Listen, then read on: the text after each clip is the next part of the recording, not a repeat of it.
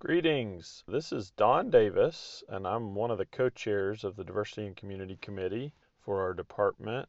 I wanted to give a brief report on our activities over the last month. And if you look on our Substack newsletter, we also have our minutes posted, and I've got it in the notes here at the bottom of this page. The third slide has the current committee members, and then we also have student liaisons that are working with us. I've got a slide here on our goals for the year, so anyone in the department can coordinate with us on an initiative. Initiative is just seeing something good to do and deciding to do it. Anything that's related to allocation of resources in the department is potentially relevant to our committee. If you look at the charter or whatever of our committee, it says that we're working to pursue the mission of the department. And there are goals related to research and training and integrating our values and commitments as a department into those two areas. I have a list of some initiatives that we kind of already know about and that people are potentially going to work on this year. And then the biggest thing that we talked about in our last meeting is what's our process going to be to try to get to 2 to 3 objectives in our kind of charge for what we're doing as a committee. We said that we're going to be accountable to the department, and part of that is that we would work together as a committee to try to find at least 2 to 3 things that we're going to focus on this year as a committee. And so what we thought we'd do this year as a first step is a short survey just to see what kind of things that you would want us to talk about. So we'll send that out during the meeting, and you can fill that out for us.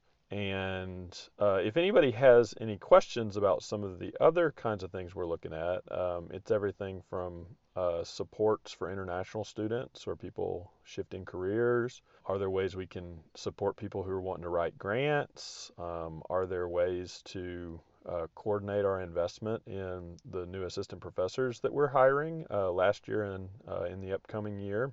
And then also taking a look at the long-term budgeting plan for the doctoral program. So these are some different things that are related to resource allocation and central to our mission as a department. One initiative that we discussed was whether the department might want to consider writing additional bylaws as we go into some transitions.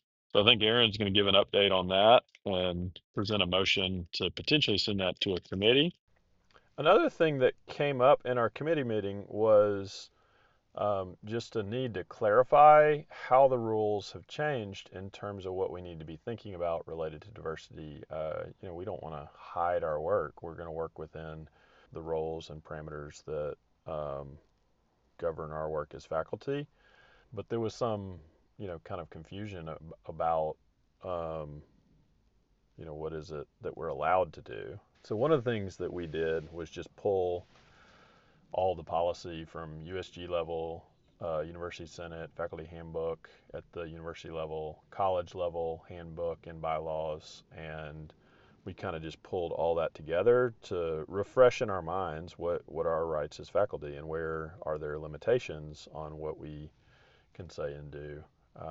So we made those available in one of the slides. And then the rest of this kind of slide deck that I'm using to kind of stay organized, it has some grant opportunities that I'm aware of. Everyone should send me anything that you have. I've still got documents that might help navigate the department easier, such as a draft of our handbook and roles. I also have just a list of things that have come up in the past that we might want to pick back up at some point. The other thing that we did was just start to pull articles that might be important for students, faculty, and staff to just pay attention to kind of current events. So anyone who has things that you want the committee to consider, just send those to me and I'll just stick them in a file. But some of the initial things that we had are just changes showing up in higher ed publications, or there are some Supreme Court cases that are relevant to counseling and psychology that we noticed. And so we'll just be kind of throwing those things in a file, and we've got a slide in our the slide deck that I have to stay organized. So yeah, that's it for our report.